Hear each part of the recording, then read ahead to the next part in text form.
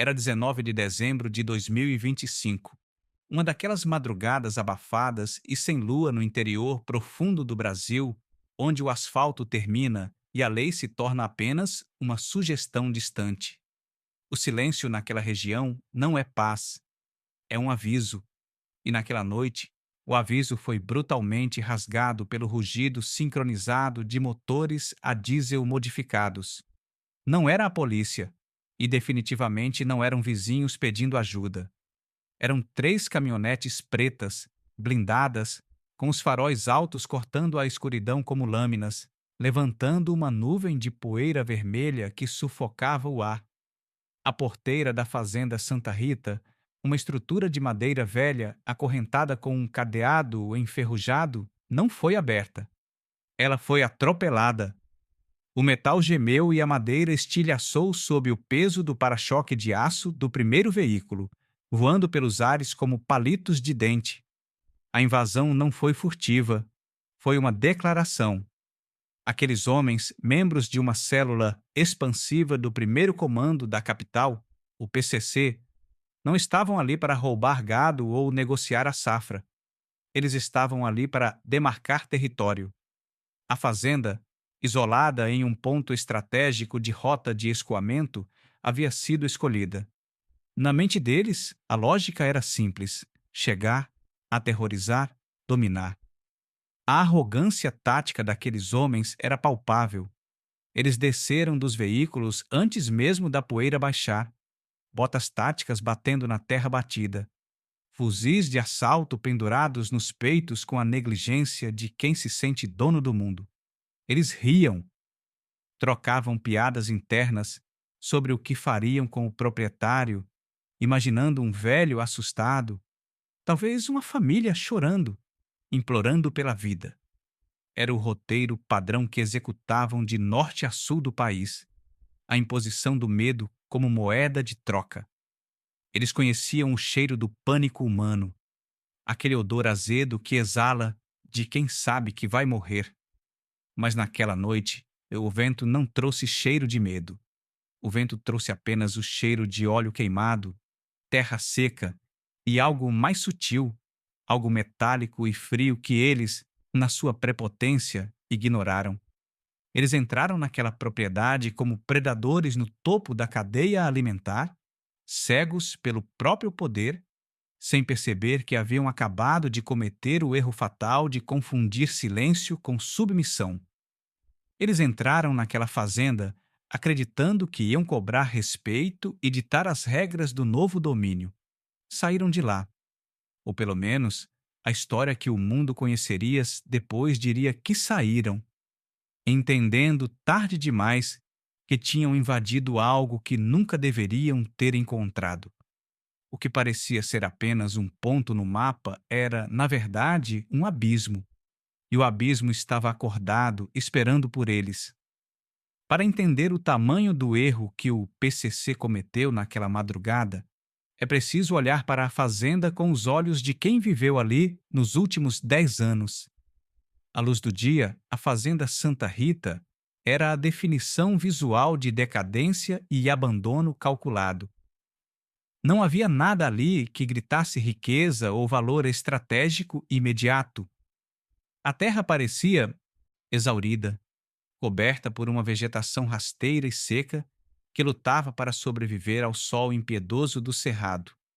Os galpões principais, estruturas antigas de madeira e telhas de barro, exibiam as cicatrizes do tempo. Tábuas empenadas, pintura descascada, revelando a madeira cinzenta por baixo, e telhados que pareciam prestes a ceder ao próximo temporal. Havia algumas cabeças de gado, animais magros e dispersos que pastavam com uma lentidão quase hipnótica, indiferentes ao mundo, completando o cenário de uma operação rural falida ou, no mínimo, esquecida pelo progresso. O silêncio ali era denso, quase sólido. Não se ouvia o zumbido de geradores modernos, nem o bip de sistemas de segurança eletrônica. Não havia câmeras de vigilância nos postes, nem sensores de movimento nas cercas perimetrais. Para um observador externo, ou para um invasor descuidado, a ausência de tecnologia era sinônimo de vulnerabilidade absoluta. E no centro desse cenário de falsa fragilidade estava ele, o agricultor. Um homem que aparentava ter seus 70 anos, talvez mais, com a pele do rosto curtida pelo sol, como couro velho e mãos grossas, calejadas, com as unhas permanentemente sujas de terra. Ele vivia sozinho. Não havia esposa, filhos, nem empregados visíveis. A rotina dele era monótona, quase monástica. Acordava antes do sol, cuidava dos poucos animais, consertava cercas que pareciam quebrar de propósito, e passava as tardes sentado na varanda da casa principal, em uma cadeira de balanço que rangia ritmicamente, observando o horizonte com olhos que pareciam ter perdido o brilho há muito tempo. Ele vestia camisas de flanela desbotadas e calças largas, movendo-se com uma lentidão que sugeria dores nas articulações ou simplesmente o peso da idade. Quando ia à cidade mais próxima para comprar mantimentos, falava pouco, pagava em dinheiro vivo e nunca olhava ninguém nos olhos por mais de 2 segundos. Era o perfil perfeito da vítima ideal: isolado, velho e aparentemente inofensivo. Mas havia algo na atmosfera daquela fazenda que desafiava a lógica, se você soubesse onde procurar. A poeira no chão dos galpões não tinha pegadas desnecessárias. As ferramentas na oficina, embora velhas e gastas, estavam organizadas com uma precisão milimétrica, alinhadas por tamanho e função, limpas de qualquer graxa recente. O mato ao redor da casa principal não era apenas alto. Ele crescia em padrões que dificultavam a visão de fora para dentro, mas permitiam uma linha de tiro clara de dentro para fora. E o mais perturbador de tudo era a reação do velho naquela noite. Quando os faróis das caminhonetes iluminaram a fachada da casa e os motores rugiram no terreiro, a maioria dos homens naquela situação teria corrido para trancar as portas, apagar as luzes ou se esconder debaixo da cama, com uma espingarda de caça tremendo nas mãos. Ele não. Ele permaneceu onde estava, sentado na varanda escura, com uma xícara de café frio na mesa ao lado. Ele não se levantou em pânico. Ele não gritou. Ele apenas parou o balanço da cadeira. Seus olhos, acostumados à escuridão, não demonstravam o terror animal de quem vê a morte chegar. Eles demonstravam uma calma gélida, analítica.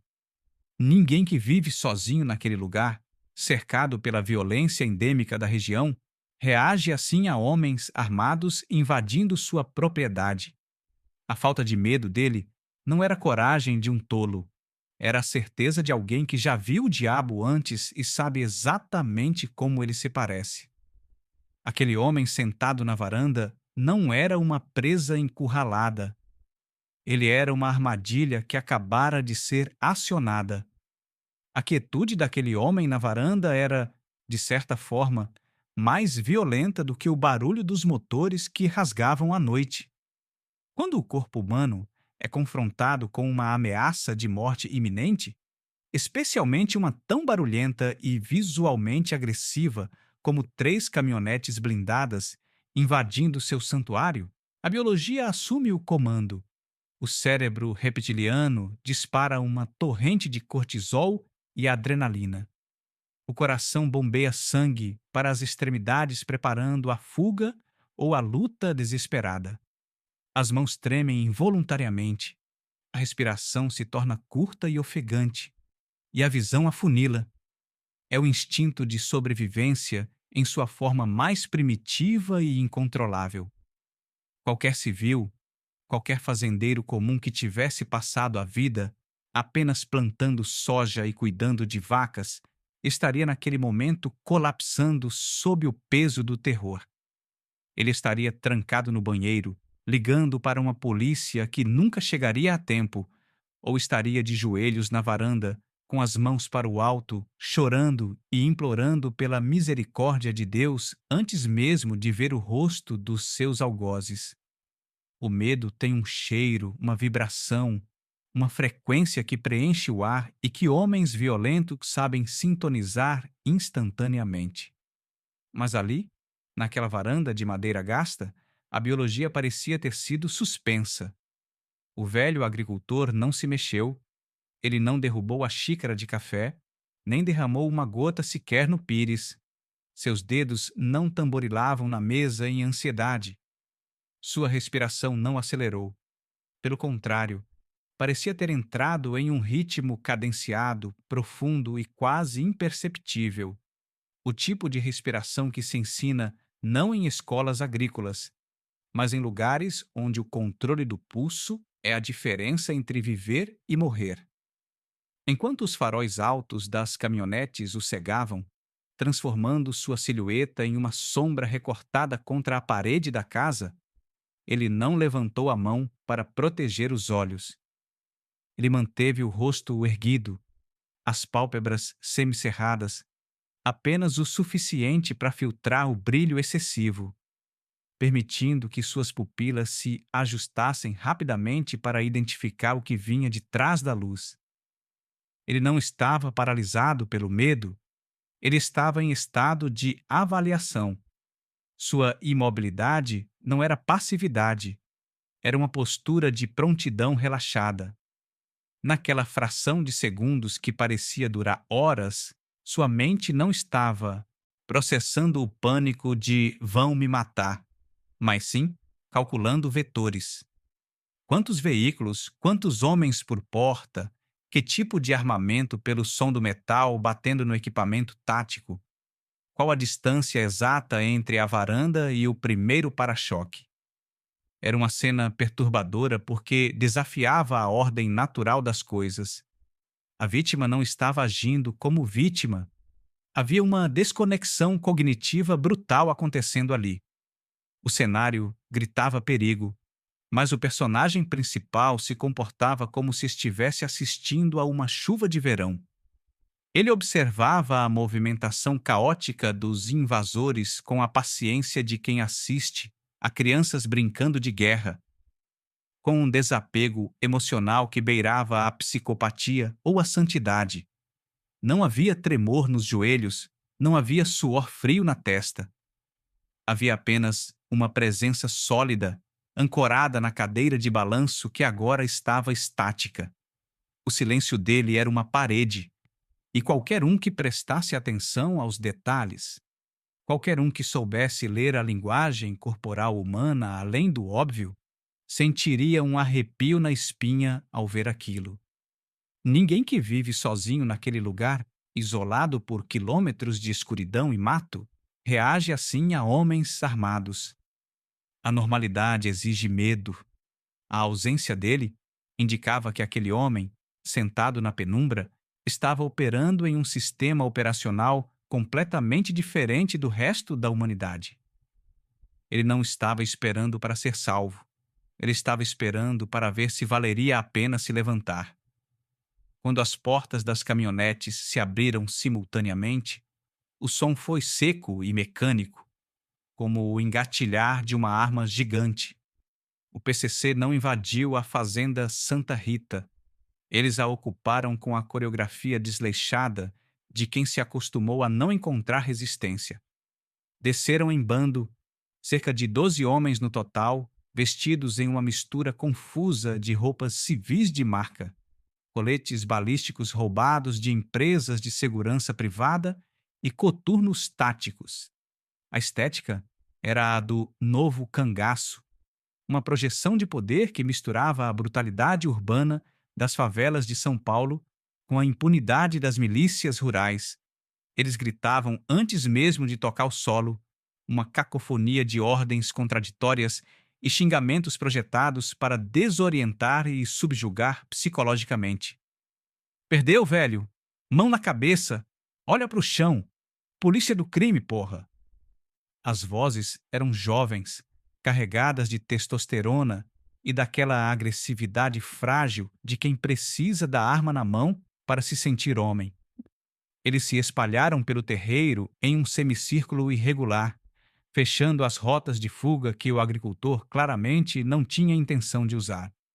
O arsenal que traziam era um desfile de poder de fogo desproporcional. Fuzis de assalto AR-15 e AK-47, alguns com miras holográficas caras, outros apenas com a massa de mira de ferro, balançavam em bandoleiras de um ponto. Pistolas automáticas com carregadores estendidos brilhavam nos cintos ou nas mãos de quem preferia a mobilidade. Um deles, visivelmente o líder daquela célula, caminhou na frente, destacando-se não apenas pela postura arrogante, mas pela arma que carregava. Um fuzil curto, personalizado, cano dourado, uma peça de vaidade tanto quanto de morte. Ele mastigava um chiclete com a boca aberta, os olhos escondidos atrás de óculos escuros em plena madrugada, a caricatura perfeita do tirano local. Eles apontavam as lanternas acopladas às armas diretamente para o rosto do agricultor, criando um túnel de luz ofuscante, esperando que ele cobrisse o rosto, que se encolhesse, que pedisse pelo amor de Deus. A invasão formal estava estabelecida. Eles haviam trazido o caos para a porta dele. Eles pisavam na terra batida do quintal como se fossem donos da escritura, chutando baldes, derrubando ferramentas encostadas na parede, urinando em um canto do jardim para marcar território como cães selvagens. A atmosfera era de uma tensão elétrica saturada de violência reprimida. Cada movimento dos invasores era exagerado, teatral. Eles engatilhavam as armas ruidosamente, não porque precisassem, as balas já estavam na câmara, mas pelo efeito sonoro, pelo terror que aquele som metálico, clac-clac, incute na alma de quem nunca segurou uma arma. Eles cercaram a varanda, as bocas dos canos a poucos metros do peito do velho.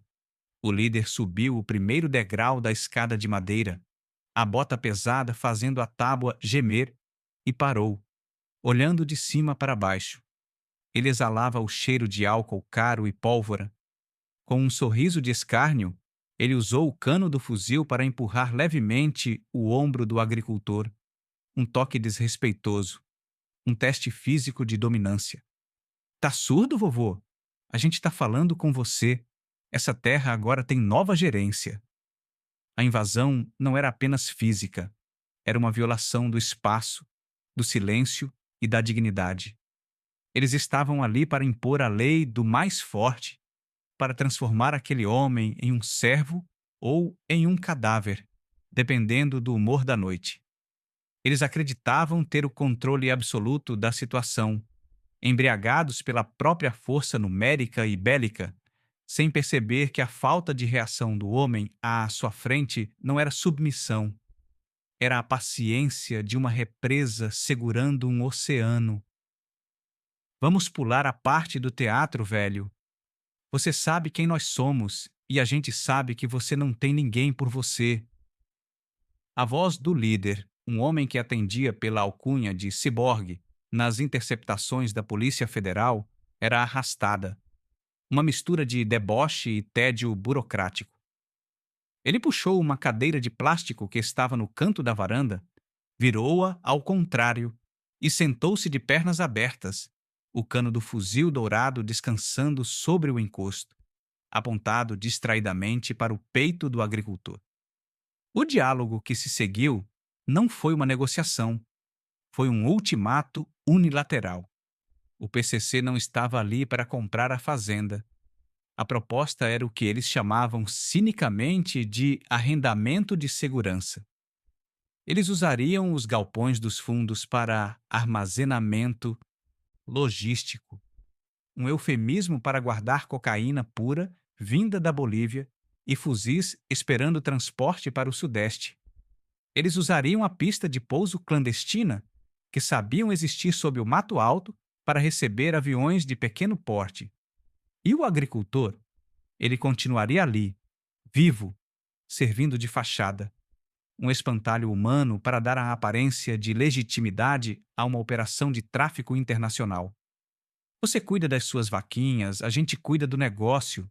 Se a polícia bater, você é o dono. Se alguém perguntar, somos seus sobrinhos visitando. Simples. O agricultor ouvia tudo em silêncio absoluto. Mas não era o silêncio da resignação. Enquanto o ciborgue falava, detalhando como a vida daquele homem agora pertencia à facção, os olhos do velho não estavam focados no rosto do criminoso, mas sim em detalhes operacionais que passariam despercebidos a qualquer civil. Ele notou que a trava de segurança do fuzil do líder estava solta, um sinal de indisciplina perigosa. Ele observou que os dois homens que vigiavam o perímetro olhavam mais para seus celulares do que para a mata escura, um erro tático primário. Ele cronometrou mentalmente o tempo de resposta entre uma ordem dada e a execução pelos subordinados, avaliando a coesão do grupo. Ele não estava ouvindo ameaças, ele estava coletando dados de telemetria de combate. Quando finalmente falou, sua voz saiu rouca, baixa, sem nenhum tremor, como o som de cascalho sendo esmagado. Os galpões não têm estrutura para carga pesada. O telhado do leste está podre. E a pista? A pista não vê um avião há 30 anos. A resposta pegou os invasores de surpresa, não pelo conteúdo, mas pelo tom. Não havia súplica. Ele estava dando um relatório técnico. Ciborgue riu, uma risada seca e forçada, e se inclinou para frente, invadindo o espaço pessoal do velho, o cheiro de álcool e tabaco barato agredindo o ar. A gente reforma, vovô. O dinheiro não é problema. O problema é você achar que tem escolha. A gente não tá pedindo a chave. A gente já entrou. Ele bateu com a ponta do cano do fuzil no externo do agricultor. Um golpe seco, doloroso, projetado para humilhar. O velho não recuou. Ele apenas baixou os olhos lentamente para o local onde a arma o tocava e depois voltou a encarar o líder. Naquela troca de olhares, houve um curto-circuito na dinâmica de poder. O criminoso esperava ver o reflexo do seu próprio poder nos olhos da vítima, mas encontrou apenas um espelho vazio, uma superfície impenetrável que não devolvia nada. O agricultor não estava argumentando sobre a invasão. Ele estava analisando a viabilidade logística da morte daqueles homens. A tensão na varanda mudou de textura, deixou de ser a tensão de um assalto e tornou-se algo mais pesado, mais denso. O líder, sentindo-se sutilmente desafiado por aquela calmaria inabalável, levantou-se bruscamente, chutando a cadeira para longe. Você tá muito calmo para quem vai virar adubo, velho. Tá achando que a gente tá brincando? O momento de ruptura aconteceu quando o agricultor, ignorando a ameaça física imediata, desviou o olhar para a escuridão além da varanda, onde as caminhonetes ainda estavam com os motores ligados. Vocês entraram pelo setor norte, ele disse, mais para si mesmo do que para eles. Derrubaram a cerca no Marco 34. A especificidade da frase fez o ar congelar. Marco 34 não é como um fazendeiro local chama um pedaço de terra. Fazendeiros falam em Pasto do Fundo, perto do riacho, divisa com o vizinho. Marco 34 é linguagem técnica. É terminologia de topografia militar, de demarcação federal, de zonas que constam em mapas que não são vendidos em bancas de jornal. Ciborgue parou com a mão no coldre da pistola secundária. O riso dos outros homens cessou gradualmente, substituído por uma confusão silenciosa. Que porra de Marco 34? Do que você tá falando? Perguntou um dos capangas, visivelmente desconfortável com a mudança de vocabulário. O velho tomou um gole do seu café frio, como se estivesse em uma sala de reunião e não sob a mira de 12 fuzis. Aquela cerca não é divisa de propriedade privada, ele continuou com a voz monótona de quem lê um obituário. É um perímetro de contenção federal estabelecido em 1982. O solo ali é instável para veículos acima de 2 toneladas. Vocês não apenas invadiram, vocês atolaram a rota de saída de vocês sem saber. Houve um silêncio pesado, quase palpável. Um dos motoristas, que estava encostado na caminhonete, olhou instintivamente para os pneus do veículo, como se subitamente duvidasse da terra sob seus pés. A menção do ano 1982 e a terminologia precisa criaram uma fissura na realidade simplista dos criminosos. Eles eram bandidos de estrada, acostumados a lidar com o medo rural, não com burocracia geológica ou história militar. Aquele velho não estava falando a língua deles. Ele estava falando a língua de uma autoridade que eles não conseguiam identificar, mas que soava perigosamente oficial.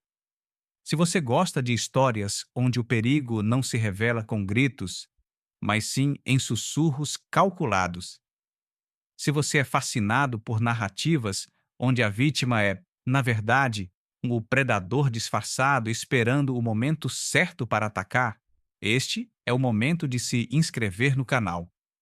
Histórias como a da Fazenda Santa Rita mostram que o verdadeiro terror não é o barulho da arma, mas o silêncio de quem sabe como usá-la. Ative as notificações, porque o que vamos revelar a seguir muda completamente a forma como você enxerga o submundo do crime. Na varanda, a dúvida havia se instalado. O líder do PCC olhou para o velho com uma mistura renovada de raiva e uma pontada incômoda de incerteza. Aquele detalhe sobre o perímetro de 1982 não fazia sentido para um simples plantador de soja falido. Era específico demais para ser uma mentira improvisada e técnico demais para ser um delírio senil. Pela primeira vez na noite, a sensação de onipotência da quadrilha vacilou. Eles olharam ao redor para a escuridão da fazenda e o que antes parecia apenas mato e abandono, agora começava a parecer algo diferente. Parecia vigilância. Parecia que a terra estava prendendo a respiração. O velho agricultor permaneceu imóvel, mas a mensagem estava entregue, plantada como uma semente venenosa na mente dos invasores. Aquela terra já tinha dono e regras muito antes deles nascerem. E o dono daquelas regras não era o homem sentado na cadeira. Era algo muito maior, do qual ele era apenas o guardião silencioso. A ordem de Ciborgue para vasculhar a propriedade não foi um comando tático, foi um ato de negação. Ele precisava provar para si mesmo e para seus subordinados que aquilo era apenas um pedaço de terra esquecido por Deus e que o velho na varanda não passava de um louco senil falando em códigos militares obsoletos. Revirem tudo. Quero saber o que tem nesses galpões. Se tiver droga, é nossa. Se tiver dinheiro, é nosso. Se tiver só entulho, a gente queima. 4 homens se destacaram do grupo principal, ligando as lanternas táticas e caminhando em direção às estruturas escuras que se desenhavam contra o céu noturno. A caminhada até o galpão principal, uma construção que parecia cair aos pedaços a 50 metros da casa, foi marcada por um silêncio desconfortável. O ar estava pesado, imóvel. O som das botas esmagando o cascalho parecia ecoar alto demais, denunciando a posição deles para uma plateia invisível que, na cabeça deles, começava a existir. Ao chegarem à porta dupla do celeiro, um dos homens chutou a madeira podre para abri-la. A porta cedeu com um gemido enferrujado, revelando um interior engolido pela escuridão absoluta. Quando os fachos de luz cortaram o breu lá dentro, o que encontraram não foi o caos de uma fazenda abandonada, mas uma ordem perturbadora. Não havia trator velho vazando óleo, nem sacos de ração rasgados por ratos. O chão estava limpo. Não era terra batida, como seria esperado em uma construção daquelas na região. Era concreto. e não qualquer concreto.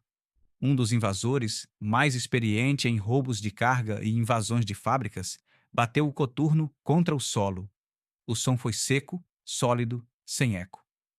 Isso aqui é piso industrial, ele murmurou, a voz ecoando levemente. Concreto armado de alta densidade. Quem gasta dinheiro com isso para guardar feno? Eles avançaram, as luzes varrendo as paredes. Foi então que a verdadeira dissonância cognitiva começou. As paredes internas não correspondiam às externas. Por fora, o galpão era de madeira envelhecida, típica do século passado. Por dentro, as lanternas revelavam que a madeira era apenas um revestimento, uma casca. Por trás das tábuas havia alvenaria reforçada, blocos de concreto cinza, frios e impenetráveis. A busca tornou-se febril, movida não pela ganância, mas pela necessidade de entender onde tinham pisado. No fundo do galpão, onde deveria haver ferramentas agrícolas, encontraram um painel elétrico. Não era um quadro de distribuição residencial com fusíveis de cerâmica. Era um armário metálico trancado, com luzes de status apagadas, mas com um cabeamento que sugeria uma demanda energética colossal. Olha a grossura desses cabos, apontou um dos homens, iluminando a fiação que subia pelas vigas do teto. Isso aqui aguenta voltagem trifásica industrial. Esse velho não tem nem geladeira que preste na casa. Para que ele precisa dessa força toda aqui fora? A pergunta ficou suspensa no ar, sem resposta. Eles começaram a perceber que o espaço era hermético demais. O cheiro não era de esterco ou mofo. Era cheiro de graxa sintética, de metal preservado, de ar que foi filtrado. Havia marcas no chão, riscos geométricos no concreto que indicavam onde equipamentos pesados estiveram fixados ou onde ainda poderiam ser instalados rapidamente. Aquilo não era um depósito, era uma infraestrutura adormecida. Nenhuma fazenda comum é organizada assim. Ninguém constrói um bunker disfarçado de celeiro para criar gado. A sensação de que o cenário era falso, de que eles estavam andando dentro de uma maquete elaborada para enganar satélites ou curiosos, começou a corroer a confiança daquele grupo armado. Enquanto o grupo do galpão lidava com a estranheza estrutural, os homens que ficaram no perímetro externo começaram a sentir uma pressão diferente, mais primitiva. A topografia da fazenda Santa Rita, sob a luz cruel das lanternas e dos faróis, começou a revelar sua verdadeira natureza. O que parecia ser um jardim mal cuidado ao redor da casa principal era, na verdade, um exercício de geometria defensiva. Um dos vigias do PCC, tentando encontrar um local para urinar e fumar um cigarro longe da tensão da varanda, caminhou até a orla da mata. Ele parou bruscamente ao perceber algo no terreno. O mato alto não crescia aleatoriamente. Havia corredores de vegetação mais baixa, trilhas sutis que guiavam qualquer um que se aproximasse da casa para pontos específicos. Pontos onde não havia cobertura, onde a luz da lua ou de um holofote bateria em cheio. Ele olhou para trás, em direção à varanda onde o velho estava sentado, e sentiu um arrepio gelado subir pela espinha. Da posição onde ele estava, ele não conseguia ver o velho, mas sabia com uma certeza instintiva que o velho conseguia vê-lo perfeitamente se quisesse. A disposição das árvores, a inclinação do terreno que forçava os veículos a estacionarem exatamente onde estavam, tudo aquilo parecia ter sido esculpido. Ei!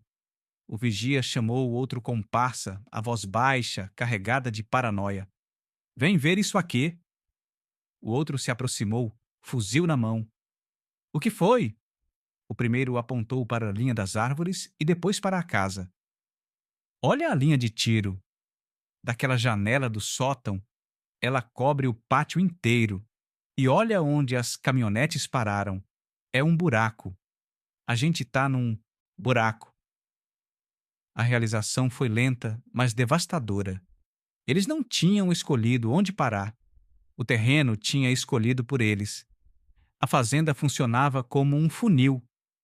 Qualquer veículo que entrasse pela porteira principal era sutilmente induzido, pelas valas de drenagem e pelos montes de terra, a convergir para aquele terreiro específico, uma zona de aniquilação perfeita, sem rotas de fuga laterais imediatas. A paranoia cresceu quando descobriram os olhos. Não eram câmeras digitais modernas com luzes vermelhas piscando. Eram coisas mais antigas e, por isso, mais assustadoras. Vasculhando a lateral da casa, encontraram espelhos convexos, pequenos e sujos, posicionados estrategicamente nos beirais do telhado, quase invisíveis entre as telhas. Eram espelhos de ponto cego, permitindo que alguém dentro da casa visse os cantos mortos sem precisar colocar a cabeça para fora. E havia mais. Fios finos, quase imperceptíveis, corriam rente ao chão em alguns pontos da cerca, não conectados a explosivos, mas a latas vazias e chocalhos escondidos na vegetação. Um sistema de alarme analógico, à prova de falhas elétricas, à prova de hackers, à prova de tudo, exceto do vento e de passos humanos. Alguém planejou esse lugar para resistir a algo muito pior do que ladrões de gado. Alguém desenhou aquela fazenda com a mentalidade de quem espera uma guerra, não uma colheita. A atmosfera entre os criminosos mudou de agressividade para defensiva. Eles começaram a se agrupar, as costas voltadas uns para os outros, os fuzis apontados para a escuridão que parecia cada vez mais densa. Aquele lugar não tinha apenas segredos, ele tinha intenção. A arquitetura da fazenda era hostil. Cada sombra parecia esconder uma armadilha. Cada tábua solta parecia um gatilho. E eles, que haviam chegado como invasores, donos da situação, agora se sentiam como ratos em um labirinto experimental. Ciborgue, ainda na varanda, percebeu a mudança na postura dos seus homens. O radiocomunicador chiou com a voz trêmula do homem que estava no galpão. Chefe, tem coisa errada aqui. As paredes são blindadas e tem ventilação subterrânea. Isso aqui não é uma fazenda, chefe. Parece uma base. A palavra base pesou toneladas. Ciborgue olhou para o velho agricultor novamente. O homem não tinha movido um músculo. Continuava ali, a xícara de café na mão, observando o pânico se instalar silenciosamente naquelas mentes violentas. Ele não precisava de armas para assustá-los.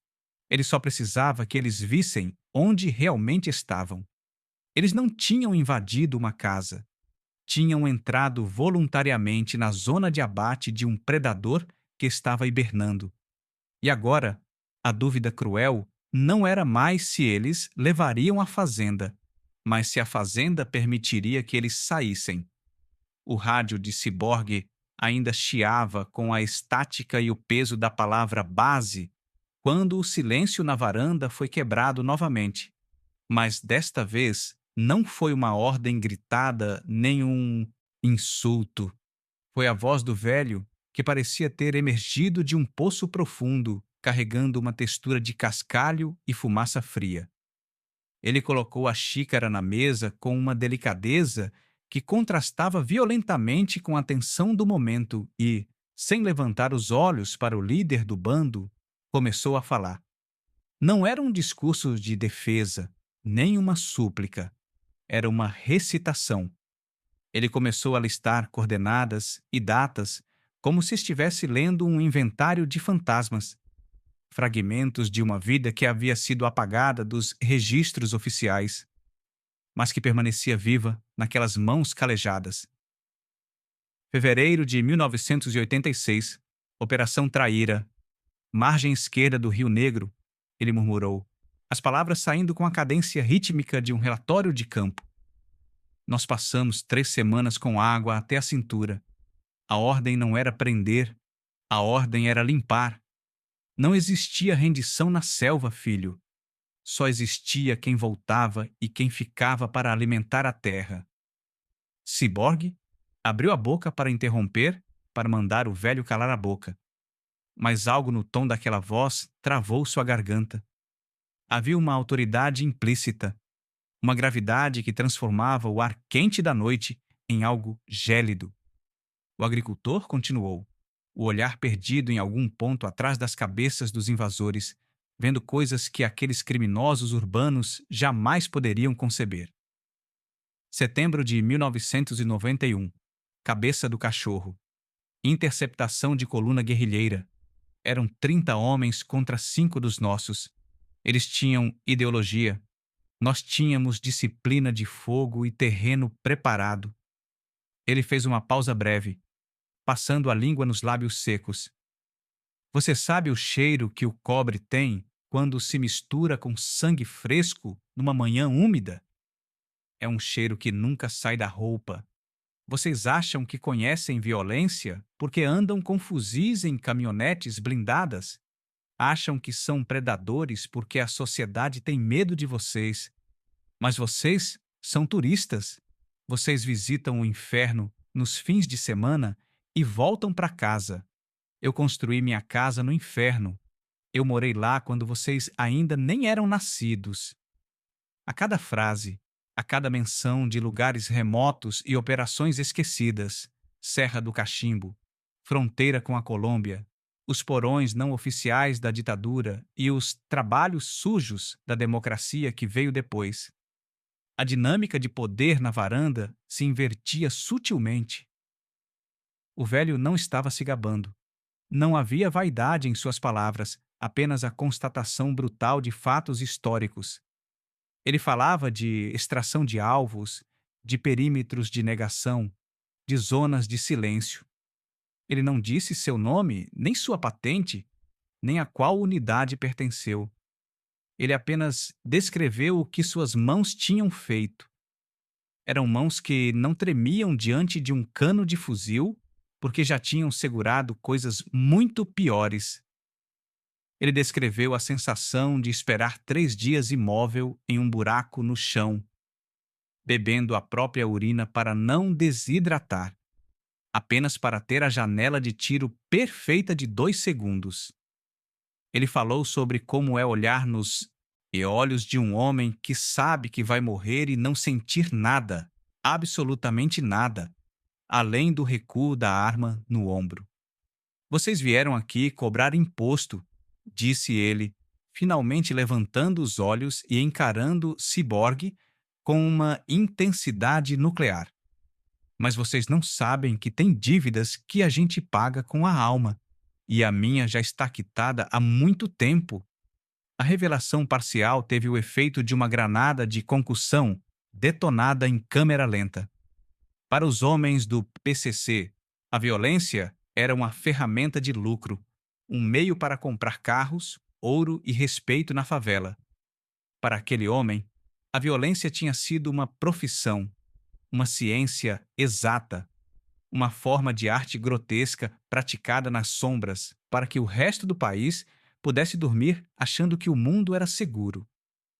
Ele não era um fazendeiro solitário.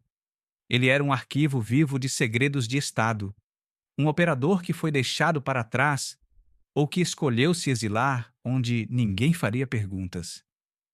As datas que ele citava coincidiam com momentos obscuros da história militar e de inteligência do país, momentos que não aparecem nos livros escolares. Aos poucos, a compreensão começou a amanhecer na mente limitada daqueles bandidos. Eles não estavam lidando com um civil. Eles estavam lidando com o que sobra quando a guerra acaba. Mas o soldado não consegue voltar para casa. A fazenda não era um local de produção. Era um monastério de penitência. Ou talvez um local de espera para a próxima missão que nunca veio, até agora. O impacto emocional dessa revelação nos criminosos foi devastador, corroendo a fina camada de bravata que os protegia. Eles perceberam, com um horror crescente, que a ausência de medo no velho não era loucura, nem resignação, era experiência. Ciborgue, que minutos antes se sentia um rei com seu fuzil dourado, de repente parecia uma criança brincando com a arma do pai. Ele olhava para o velho e não via mais uma vítima. Via um espelho que refletia sua própria insignificância. O bandido mata por raiva, por ganância, por impulso. O profissional mata por competência.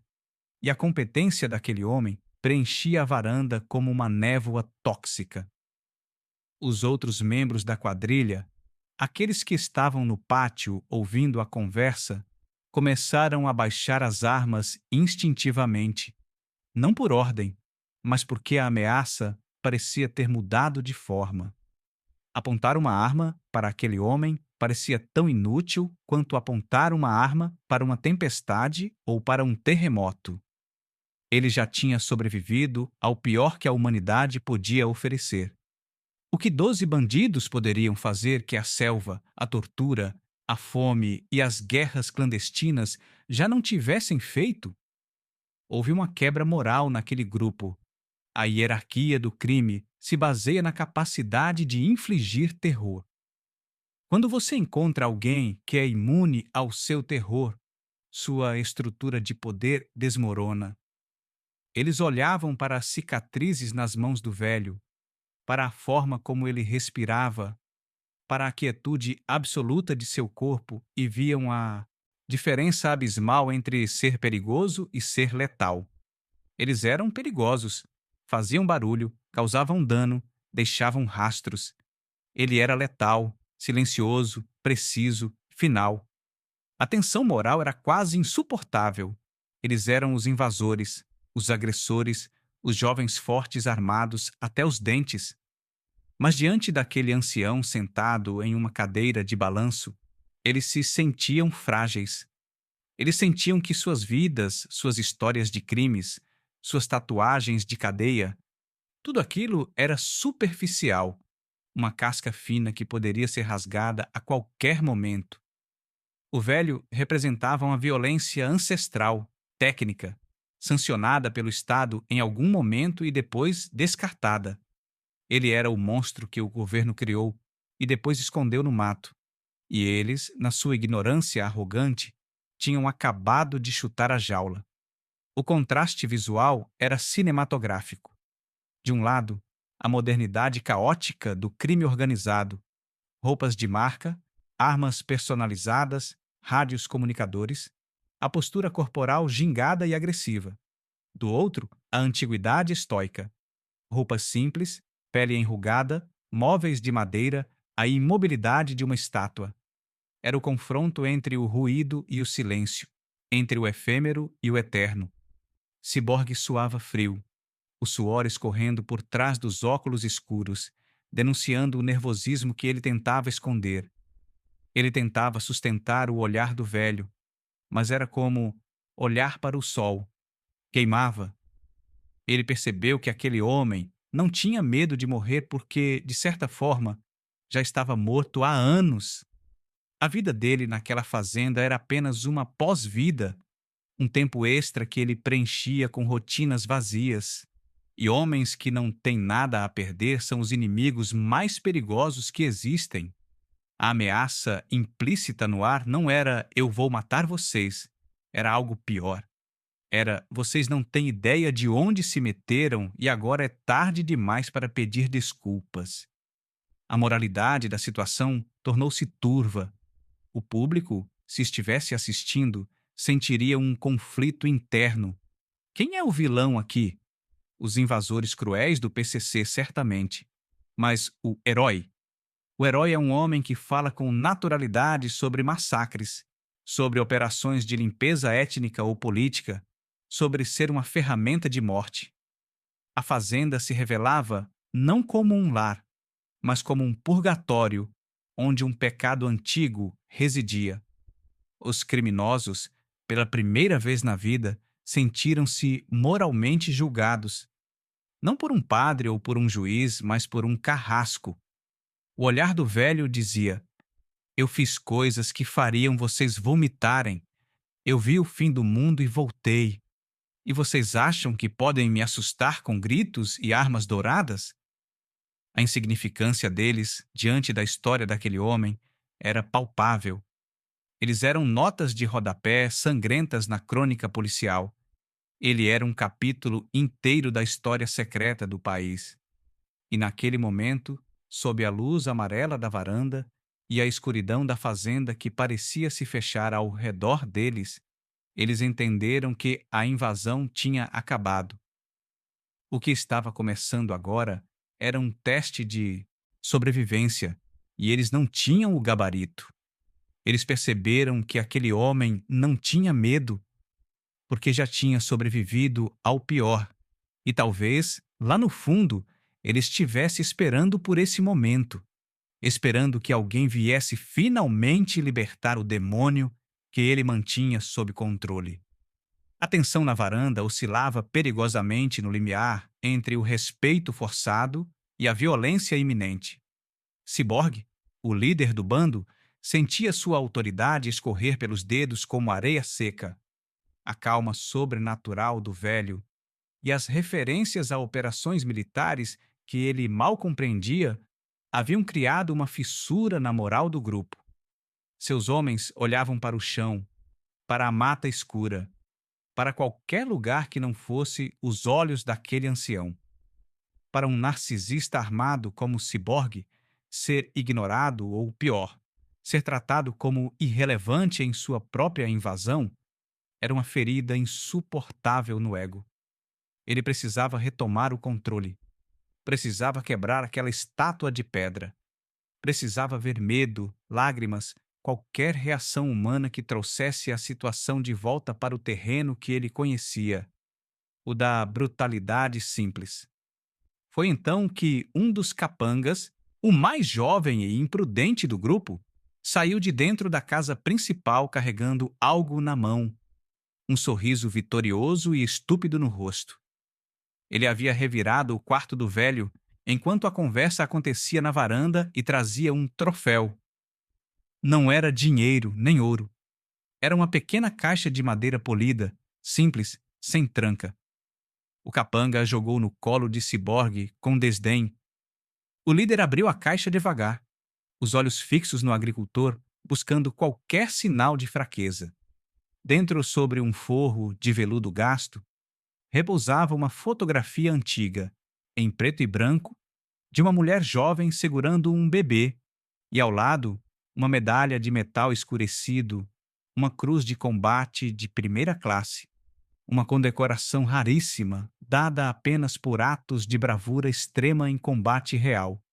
Cyborg pegou a medalha, sentindo o peso do metal frio, e soltou uma gargalhada seca. Olha só, o vovô é herói de guerra mesmo, zombou ele, girando a medalha nos dedos sujos de graxa. Mas sabe o que isso vale aqui fora, velho? Nada. Isso é lixo. Ele jogou a medalha no chão de madeira da varanda. O som metálico foi agudo e solitário. Mas o verdadeiro erro, o erro irreversível que selaria o destino de 12 homens naquela noite, veio a seguir. Cyborg pegou a foto.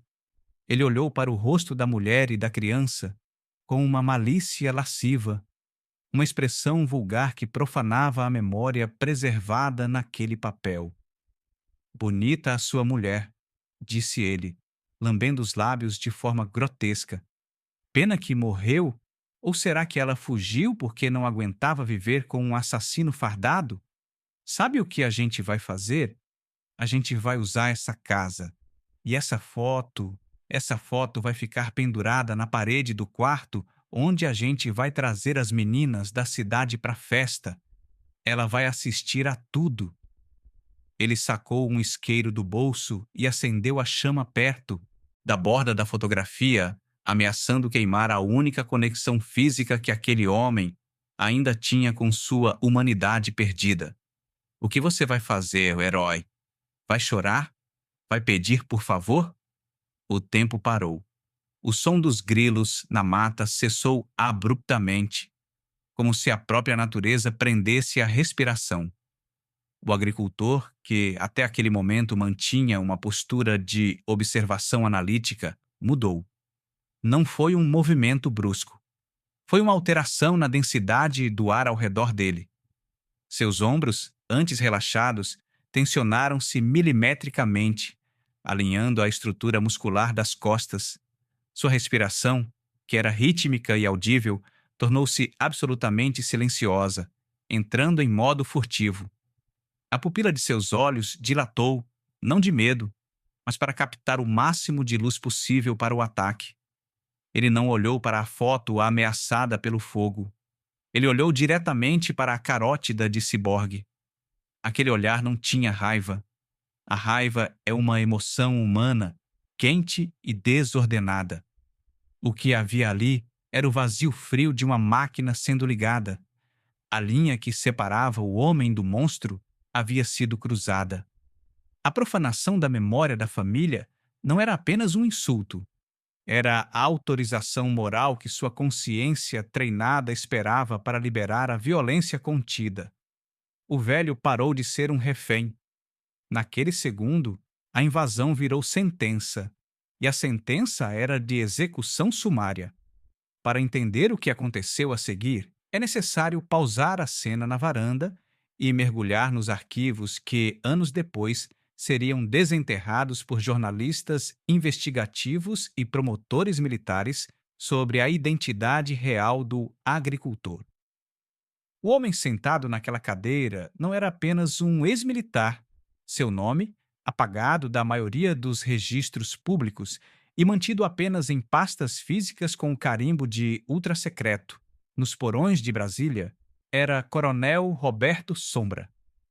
Ele não foi apenas um soldado, ele foi um dos arquitetos da doutrina de guerra irregular do Exército Brasileiro nas décadas de 70 e 80. Formado pela Escola das Américas e especializado em operações de contra-guerrilha na selva amazônica, Roberto não era treinado para combater exércitos. Ele era treinado para caçar homens. Sua especialidade técnica era negação de área e neutralização de células hostis em terreno adverso. Em termos leigos, ele era um especialista em transformar o ambiente em uma arma letal contra grupos numericamente superiores. Roberto Sombra serviu em unidades que oficialmente não existiam.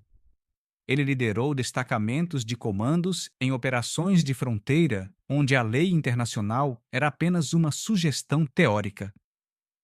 Seus relatórios de serviço, fortemente censurados, falavam de missões de infiltração solitária que duravam semanas.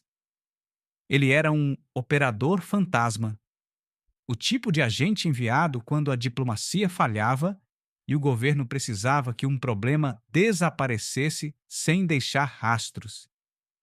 Ele possuía conhecimentos avançados em balística aplicada, improvisação, de explosivos com materiais domésticos, combate corpo a corpo letal, Krav Maga e Jiu-Jitsu adaptado para a eliminação silenciosa. E, o mais perigoso de tudo, psicologia de combate. Ele sabia exatamente como o medo se espalha em um grupo. Ele sabia como quebrar a cadeia de comando de uma unidade inimiga, matando as peças certas na ordem certa. Mas a habilidade mais aterrorizante de Roberto, aquela que o tornava uma lenda sussurrada nos quartéis, era a sua capacidade de preparação do campo de batalha. Ele não improvisava. Ele nunca entrava em um combate justo. Se Roberto estava em um lugar, significava que aquele lugar já havia sido mapeado, medido e armadilhado muito antes do inimigo chegar. A Fazenda Santa Rita não era seu local de aposentadoria. Era sua obra-prima de engenharia defensiva.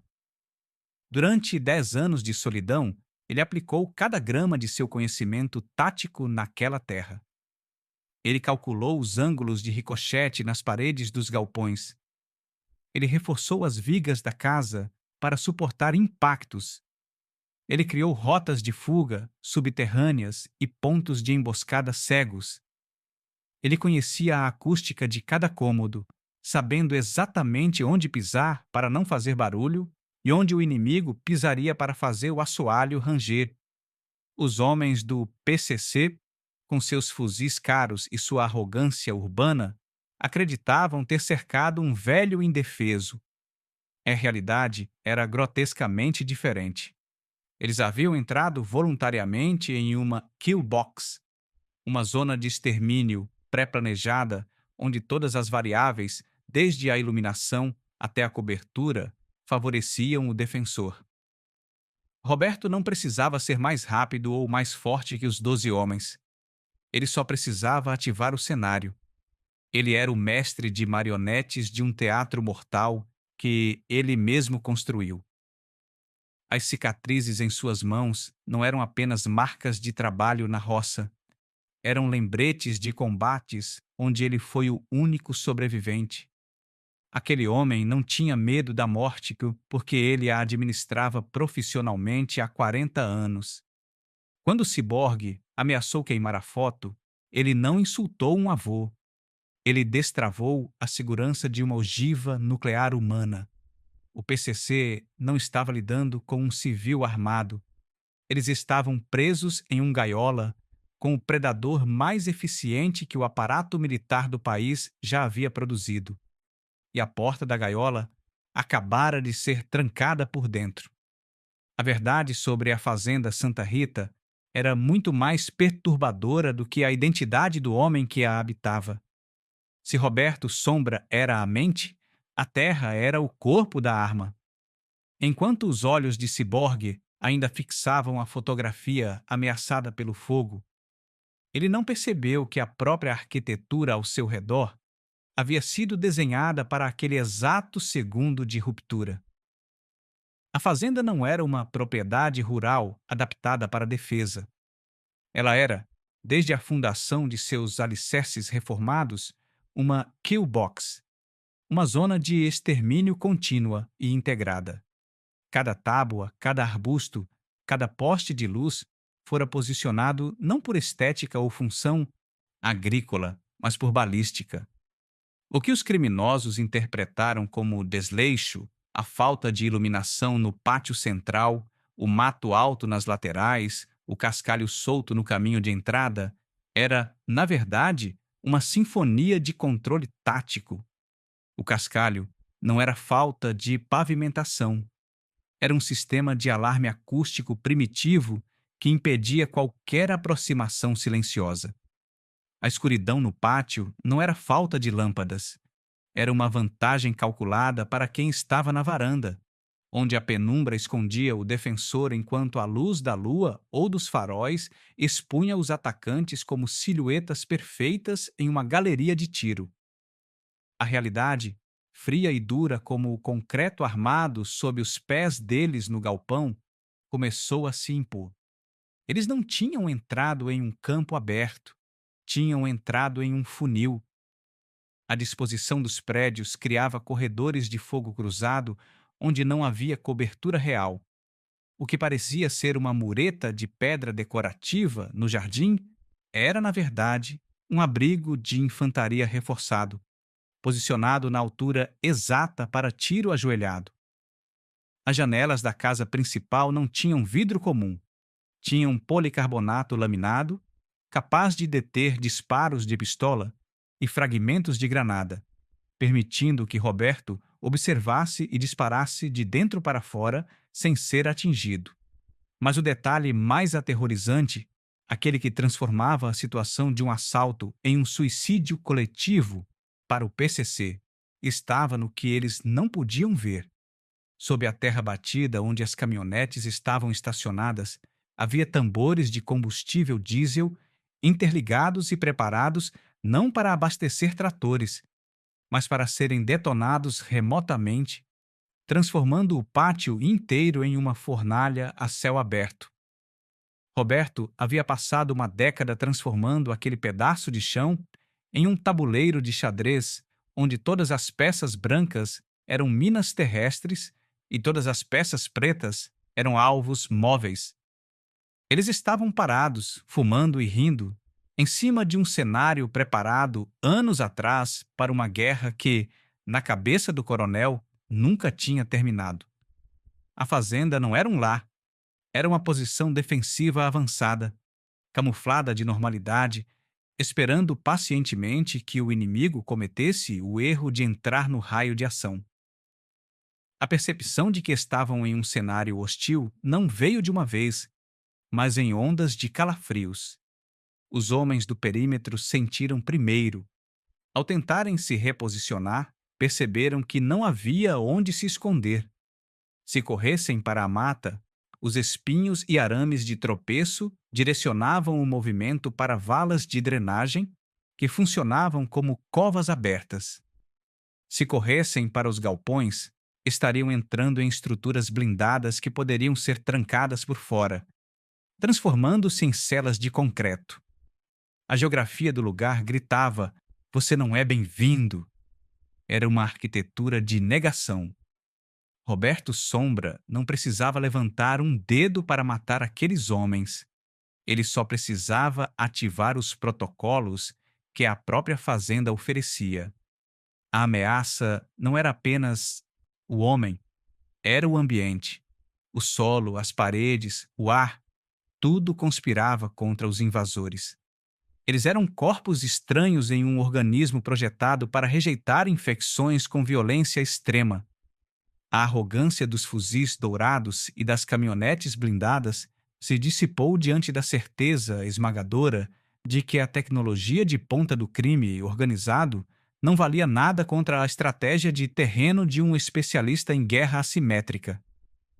Eles trouxeram armas para uma briga. Roberto trouxe o campo de batalha inteiro. O momento de virada, aquele instante em que o predador se torna presa, não foi marcado por disparos, mas por uma mudança na temperatura psicológica do confronto. Roberto, ainda sentado, fez um movimento minúsculo com a mão direita. Não foi para sacar uma arma escondida na cintura, nem para pegar uma faca na bota.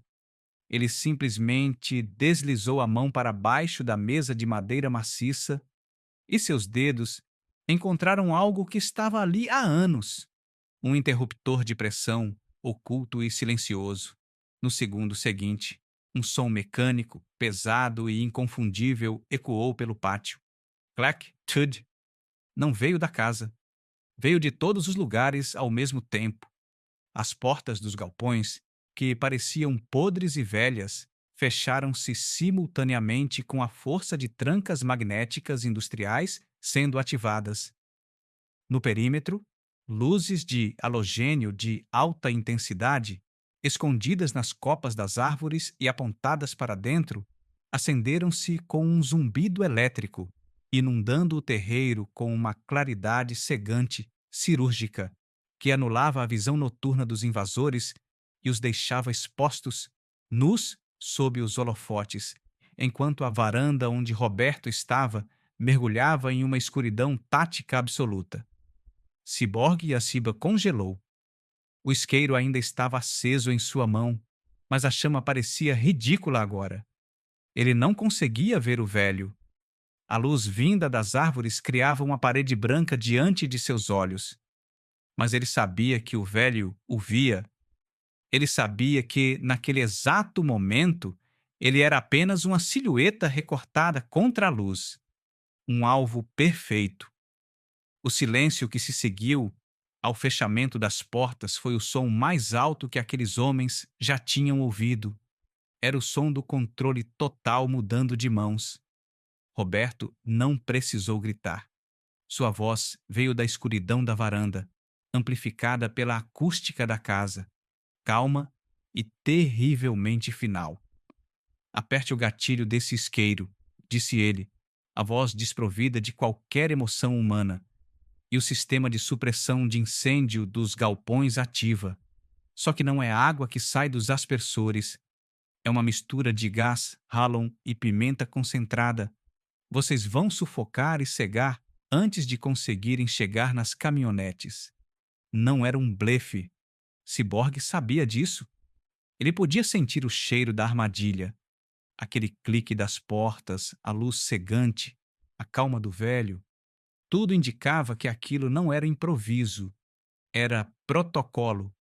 O líder do PCC olhou para seus homens. O conceito de bando havia desaparecido.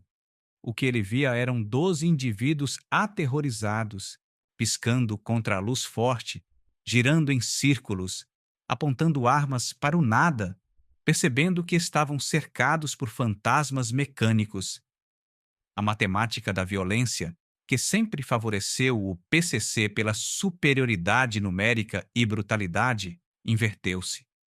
O custo de permanecer ali disparou para o infinito. Eles poderiam atirar? Sim. Poderiam metralhar a casa? Sim. Mas a certeza de que morreriam no processo, de que aquele velho tinha algo muito pior preparado para o plano B, paralisou seus dedos nos gatilhos. O medo da morte iminente e invisível é muito mais poderoso do que o medo de uma arma apontada. Ciborgue apagou o isqueiro, devagar. Ele colocou a foto e a medalha de volta na mesa, com um cuidado reverente que beirava o pânico. Ele recuou um passo, depois dois, as mãos levantadas em um gesto universal de rendição não declarada. A gente errou de fazenda, gaguejou ele, a voz falhando, a arrogância destruída pela luz dos holofotes. Isso aqui não serve para nós. É muito complicado. Foi uma retirada humilhante, travestida de decisão estratégica. Roberto não respondeu. Ele não se levantou para persegui-los. Ele não atirou nas costas deles enquanto corriam para as caminhonetes. Ele apenas permaneceu na sombra, observando. Ele sabia que deixá-los ir era mais devastador do que matá-los. Se ele os matasse, virariam mártires da facção e outros viriam buscar vingança. Deixando-os ir, ele os transformava em mensageiros. Eles levariam o medo. Eles contariam a história da fazenda que morde, do velho que controla a luz e a escuridão, do lugar onde o PCC não tem poder. O som dos motores ligando foi frenético, desesperado. As caminhonetes manobraram na terra com violência, pneus cantando, levantando poeira que brilhava sob os holofotes táticos. Eles fugiram não como conquistadores, mas como sobreviventes de um naufrágio. Enquanto as luzes traseiras vermelhas desapareciam na estrada de terra, engolidas pela noite, Roberto Sombra finalmente relaxou a mão que estava sobre o interruptor. Ele não venceu uma batalha com tiros. Ele venceu com a mente. Ele impôs sua vontade sobre o caos. A fazenda voltou ao silêncio, mas agora era um silêncio diferente. Não era mais o silêncio do abandono. Era o silêncio vigilante de uma fortaleza que provou seu valor. O velho pegou a foto da esposa, limpou uma partícula imaginária de poeira do rosto dela e a guardou no bolso da camisa, perto do coração. A guerra tinha vindo até sua porta e, pela primeira vez em anos, ele a mandou embora sem disparar um único tiro, provando que a arma mais perigosa no campo de batalha é, e sempre será, o terreno preparado por uma mente que não teme a morte.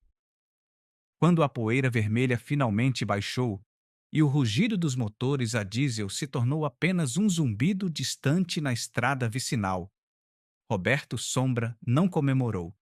Não houve sorriso de triunfo, nem o suspiro aliviado que qualquer homem comum soltaria ao ver a morte passar pela porta e decidir não entrar.